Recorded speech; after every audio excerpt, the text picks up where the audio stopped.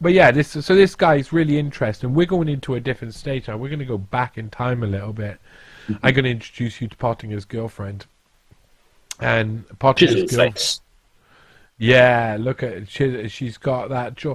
Now, I don't understand how she became a feminist icon, and I've entitled this part I of think she the. put those glasses on. As soon as she put those glasses on, bang, feminist icon Yeah, right and there. and a couple of streaks in her Yeah. Yeah. hair. I In her know she hair. won't mind us being mean about her. She'd take it on the chin. Oh, and what a lovely chin she has, kind of like Desperate Dan. Um, so how the man disguised himself as a feminist icon is what I call this. Because that really is this what you're looking at there. Gloria Steinem is the man. She is definitely the man. And she was born to Leo and Ruth Steinem, born in Michigan, does a load of things. But then eventually she's recruited by the CIA. And she's recruited by the CIA in 1958. She leaves college. She goes to Smith's College. She leaves in 1956, and she apparently wins a scholarship. She's one of the last people to win these scholarships. And with these youth scholarships during the Cold War period, you find a lot of them were just like recruitment for really, really high functioning kids. They're like, oh, that kid's really intelligent. Let's send him on this thing where he goes to wherever in the world, and then he meets up with our guys, and our guys check him out, recruit him properly, far away from the maddened crowd, so no one really knows what's going on. And she kind of gets recruited and scooped up by that. So I note that she wins the Chester Bowles Scholarship. And she seems to be wherever the action was. So when she's traveling around India, includes the riots in Ramnad, the revolution in Rangoon, as I say. She's also befriends Indira Gandhi of the Gandhi family and the widow of revolutionary humanist Narendra Nath Roy. So she's obviously meeting all of these people and being the center of everything. It's really bizarre. It's like her story. She's also writing a documentary for NBC while she's going around the place, or one of the American networks. I can't remember if it's NBC in actual fact. But she's also gets, as I say, surreptitiously recruited by the CIA while in India. And later on, she's going to get back and she's going to be thrust into her first CIA operation, this square-jawed lass who's put on a wig and glasses and called herself a feminist. And really, if you see some of the things she's dressed in, it's like, I'm a feminist because I wear a leather skirt. It's the type of very weak feminism, But there's some really interesting things that happen in between. I'm going to talk about something else first. I wonder if we're going to get. Let's see. Maybe we'll go forward and back. District area students graduation. Oh yes, Gloria Steinem. Gloria Steinem. Oh, there you go. Well, let's start talking about her first. Let's just go through this like this. It's much easier to do it this way. And Gloria Steinem at 45. This is in 1979. So, like I say, and they talk about it in this. New York, ever since she became a public person in the mid-1960s, they say mid-1960s, a public person, Gloria Steinem's private life has been off limit. As co-founder of Miss Magazine in 1972, she became the country's most visible feminist leader. Visible because she co-founded Miss Magazine, which is obviously a CIA cutout magazine, just to infiltrate the minds of the youth, because she's a dirty, square-jawed CIA recruit. I just thought she was most visible because of her chin. Yeah. Well, you can see her chin both left and right. Whichever way you look at her, it's as long as the other way. Just that's one of the things about her that's so amazing. As her 45th birthday on March 25th approaches, making her an Aries, I think. Steinem talked publicly for the first time about her private life, about men and her romantic relationships, about aging and beauty, about her career and her decision not to have children, about sex, love and gossips. Basically, she doesn't stop talking because no, I'm so great. But none of it's true. So, she's telling half of it's what she's telling. It's a complete lie. Sitting at the head of a long conference table in Miss Office in Manhattan, Steinem spoke about Stan Pottinger, the man with whom she's been living for the past year. Pottinger, 39, former head of Justice Department's Civil Rights Division, is now in a private practice specializing in civil rights cases. Right, so the compliance and integrity officer working for big companies to fend off fights against bigger companies by using blackmail and bribery, who goes then to defend and represent seemingly only arms dealers who are illegally smuggling arms and trying to get them off, is specializing in civil rights cases. I'm not sure if that works out. It's 79 exact time. I'm not sure if that's true. They're cases in which some principle is at stake, so there's some satisfaction, Steinem said. In the mid-1970s, Pottinger headed the department probe into the FBI and Kent State cases. I wonder what he found in those. He was also responsible. His probe was just with his finger, just no, nothing. His little finger. Are you talking about Kent State or Steinem now? It wasn't a very extensive probe, just his little finger. Yeah. That's basically what she likes. Anyway, she's a little finger type of girl, if you know what I mean. I mean, little government. Anyway, he also responsible for investigating sex discrimination charges with his finger, which is how we met, Steinem said. There she is, looking pretty. Look, Steinem at 26. She was only developing her jaw then. I mean, her jaw like that. Yeah, help. That was made me sneeze. Trying to say something. Brushing back the famous straight shoulder-length hair from her face. The famous straight shoulder-length hair from her face, brushing it back. Famous straight. Look how straight it is. It's the straightest hair. It's famous for being both very straight and very shoulder-length and Very hair. shoulder-length. And being in my face and being brushed away at the same time. She recalled her feelings about marriage now and when she was 21 and engaged. Basically, she talks about a load of things about, I wanted to do all this, I was a feminist, and there's a thing. And I went around India, and and I'm a really great woman. And I'm a great woman. I like the bit where it said her decision to not have children, and then it quickly said afterwards, and her hopes for the future. Not having kids, not having grandkids, dying alone. I mean, there you are. Look at that chin, though. That's a fantastic chin. And she's dying alone under that hair. Look at that face. None of that hair is straight. That is the messiest hair. That is not straight. Her famous shoulder-length chin. Yeah. I like it. The famous shoulder-length chin. No, it's not that bad. Okay. Right. Anyway, let's leave Steinem back then. And it's extremely interesting. Steinem fails of Cullen, 1983. No. There she is. Oh man. Slightly nicer. Oh no! She's got two of those straight She's got two of those straight chins now. She flicked away her famous shoulder-length chin. Brushed it over her back. Famous straight chin. Right. Okay, anyway, the morning news. We're in the morning news. It's coming up to Christmas. Merry Christmas. Sunday news. Jen, I'm going to be free. Woo, I'm already free. Steinem fills in the colours of her nearing 50 dreams.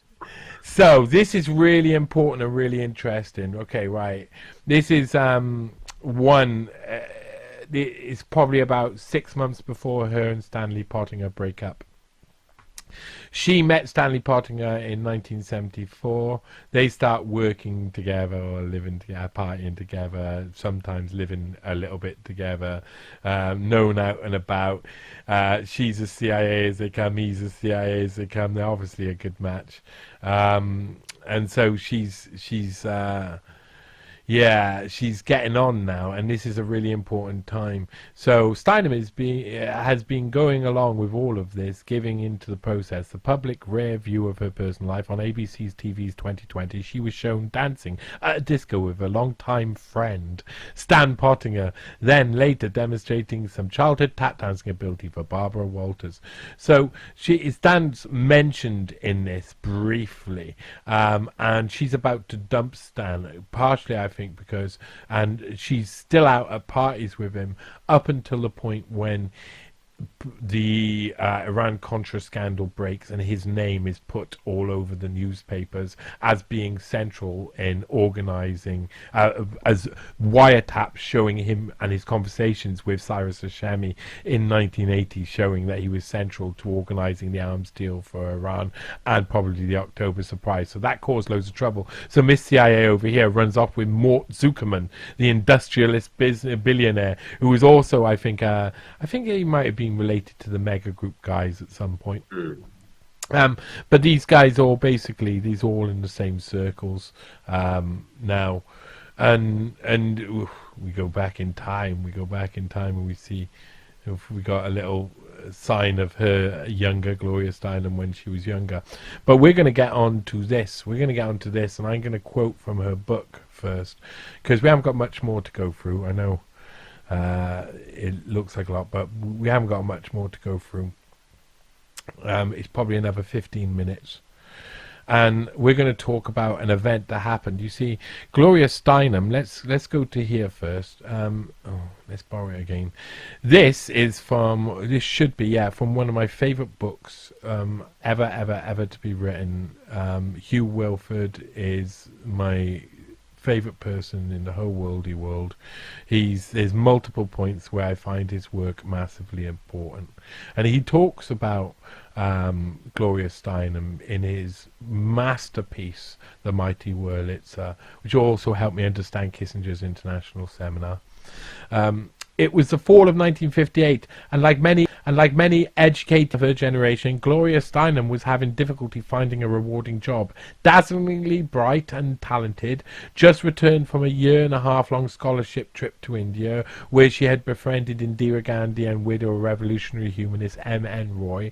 The 24-year-old Smith graduate was reduced to sleeping on the floors of friends' apartments as she is hunted for work in New York. Then came the call from Clive S. Gray, a young man she had met in Delhi when he was ostensibly working on a doctoral dissertation about Indian higher education system. Some former officer of the NSA, that's the National Students Association, had just created an organization to encourage attendance by young non-communist Americans at a youth festival being held the following summer by the communists in Vienna. Was she interested in running it? The suggestion immediately appealed to Steinem, not just because it meant paid work, but because it also offered an outlet for the political idealism awakened in her by her Indian experiences. And soon after the call from Gray, she met in New York with another former NSA president turned CIA officer, Harry Lunn, who, like most other young men of her acquaintance, promptly fell in love with her. She travelled to Cambridge. Boy, they up themselves, but Hugh Wilford knows best. She travelled to Cambridge there to be interviewed by two former National Student Association vice presidents for international affairs, Len Bebchik and Paul E. Sigmund Jr., and Boston lawyer George Abrams.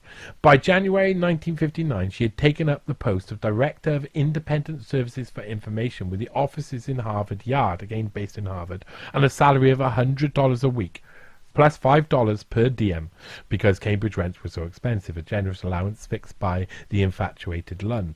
The ISI was a CIA operation from beginning to end. spectacularly staged festivals celebrating the themes of international peace and friendship were crucial elements of the communist campaign to capture young hearts and minds. Witness the success of the 1951 Berlin rally, which had helped to concentrate CIA minds on student events. The fact that the Vienna World Festival of Youth and Students were being planned personally by the new head of the KGB, the former student leader Alexander Shabchin, was some measure the importance it was accorded to the Kremlin. The CIA had attempted to disrupt earlier festival held in Moscow in 1957 by providing funding to NSA delegation briefly in its members before its depart. I'm going to skip on because I want to get to a certain point. Here you go.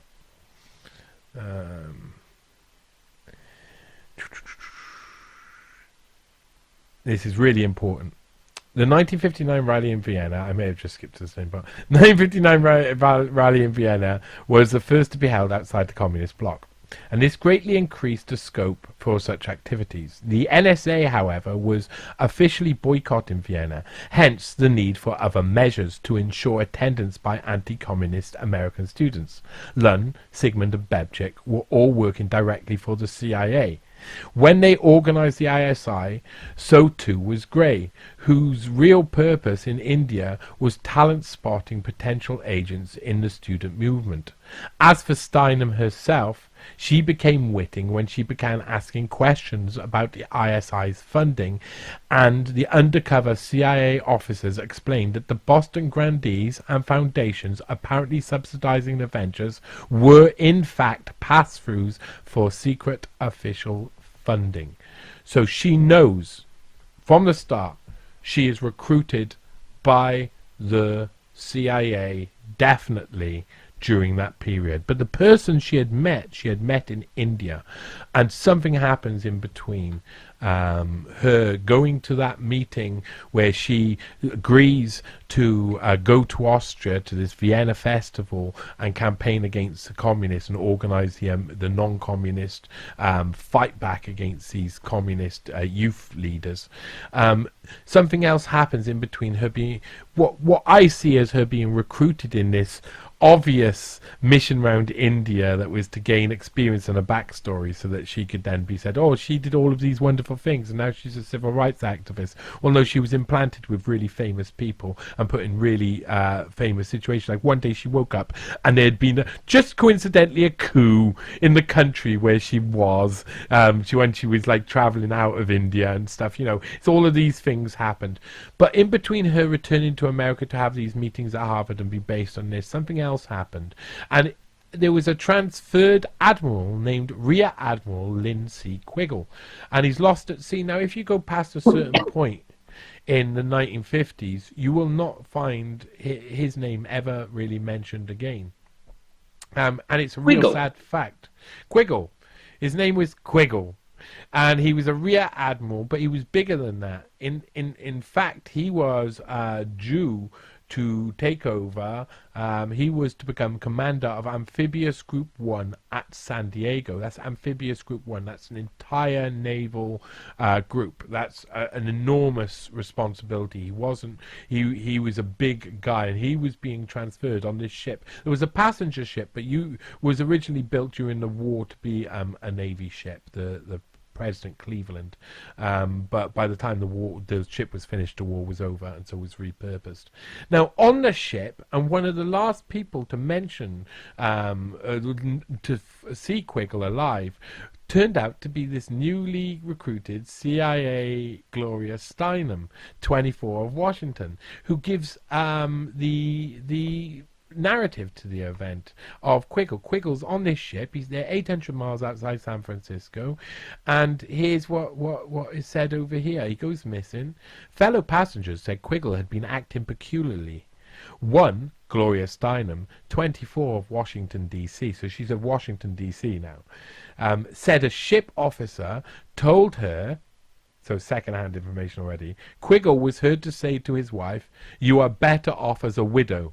The admiral then kissed his wife and walked slowly from their stateroom, Miss Steinem said, which seems like a very carefully put in line to say, oh, look, and that's it. He said something bad to his wife. Now, his wife never says that he said this out loud. The person who Steinem claims has said this never says out loud. It's always Steinem said this. No one else on the crew was allowed to speak about this. Only she created the narrative, and it was the only narrative there.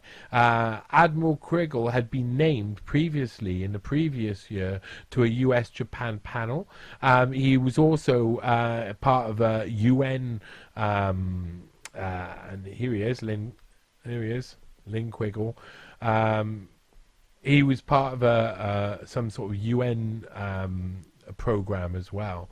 And this He is looks about kind of amphibious. He does, doesn't he? He looks very froggy. That's what I was thinking, a little frog man. Yeah, little frogman. But that happens sometimes, doesn't it? That happens. But don't feel bad. Just because he was a frogman doesn't mean he was a sad frogman. But they want, and there you go, a UN Armistice Commission he was on. So a lot of these I can skip through this sort of stuff as just to explain. And again, in a different article, the Admiral. Oh no, that's the same article. I'm lying. That's exactly the same. Admiral's disappearance. And it was widely reported around this time, and the skipper classified it as suicide. Doyle Quiggle said, who's Quiggle's brother, and Quiggle said that he had no right. He says, look, there was nothing in his character to justify such a conclusion that it could be suicide, and he says that it doesn't look like suicide, and that's not the position that anybody was taking. Eventually, this just disappears out of the news, though. This Quiggle case just goes away, just vanishes.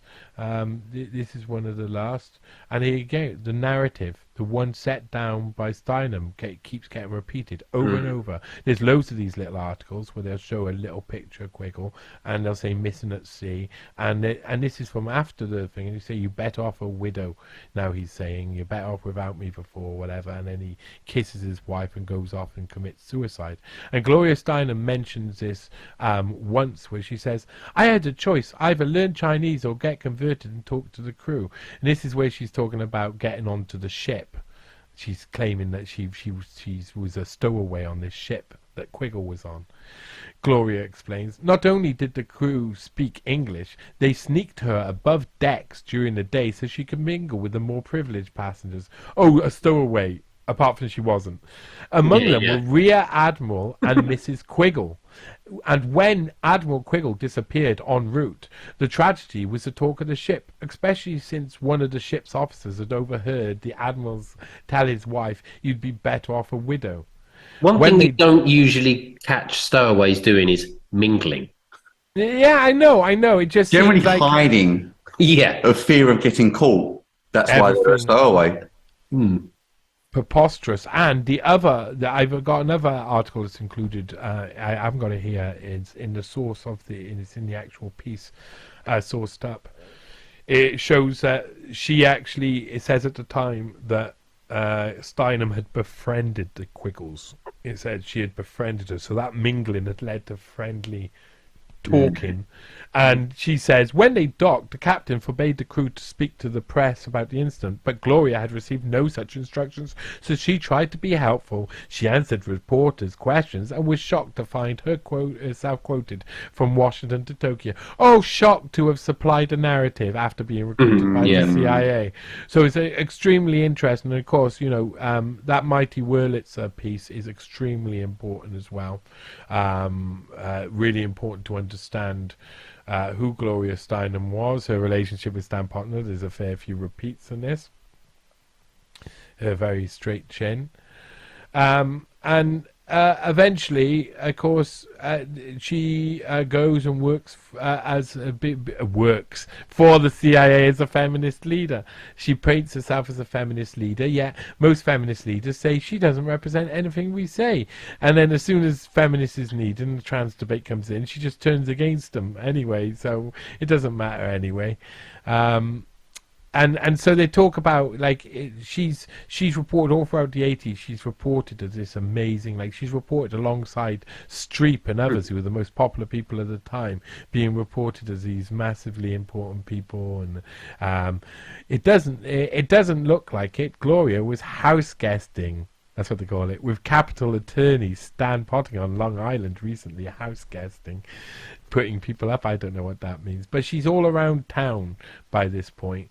And one of the things they do is they go to a cruise, Stan and Gloria, for Edgar Bronfman, his wife, doing a charity for Seagrams. And of course, I wouldn't be surprised if that was also gave them links to Epstein as well. And I think this also, that one, you don't really need to see because it's the same story basically.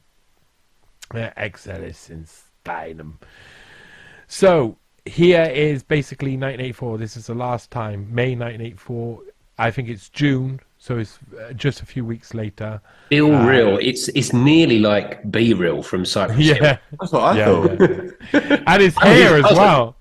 His hair cool. could be a bit Cypress Hill, like he's got a bit of a cool looking afro going on there. But basically by this point, this is the last time that Gloria Steinem is mentioned with as Pottinger, Stan Pottinger. And as you see, I'm mixing up his name now. Stan Pottinger. Well, he has got an identity crisis, you know. Yeah. Clearly. July. So it's July is when, here we go, 5 charged with selling supplies to Iran. And here it says New York Associated Press, Dayton Daily News are reporting on their Dayton son of Dayton, Ohio, of course, as we know from the previous episode. 5 men were charged Wednesday with illegally selling military supplies to Iran during the hostage crisis, and authorities said they were investigating whether J. Stanley Pottinger, a former Dayton attorney, aided them. Well, he does, and he doesn't get charged. And it's Rudolph Giuliani who's... He was investigating himself. Yeah. The investigation as to Pottinger is still continuing, U.S. Attorney Rudolph W. Giuliani said. So Giuliani is basically investigating yourself anyway. Right, And that's it. So Stan Pottinger is now well known. I mean, he turns up here and there, like Kathy Lee Gifford, who was formerly Kathy Lee Johnson, who's a sweetheart at the time, and presents a show with unfortunate picture. That one, it looks like the sex doll. Yeah, after a busy day, she got a date with Stanley Pottinger, and that's the picture they put with it. A former Gloria Steinem beau. I'm more in love right now than I've ever been, said He just showing her his October surprise there. Oh, yeah, that's a good one. Well, afterwards, she says she fell in love with Stanley Pottinger, men who were emotionally unavailable. I was still in an emotional rut myself, didn't have a self-esteem, and I dated men very similar to my first husband. She said Stanley was a roller coaster, brought me to the heights of joy and depths of despair. So obviously that's not the best. That's not the best. And again, what would it be? New York He Times. brought me to the depths of despair. Do you want this man? Yeah, sounds nice to me. Sounds like a good relationship. Pottinger, they talk about implications during this time of Pottinger, still talking about it in 1986. And at this time, what's Pottinger doing? In that case, Hashemi was indicted for attempting to illegally export $500,000 in military gear to Iran. Implicated, but not indicted, was J. Stanley Pottinger, a former high-ranking official in the Justice Department, now living in Mexico. Always implicated, never indicted. Yeah, never indicted. And never about either. Like never about. He's wearing a big fake Mexican mustache, He got a a sombrero. sombrero on. He's laying back. He's got a little chihuahua next to him. The only way you can recognize him, notice me here. you can only recognize it because of how flat his and long his chin is. That's all you can recognize. It's like, is that Gloria Steinem? Oh no, it's Stanley Pottinger. I could tell by the way his hair is not straight as hers, because hers is as straight as of hair.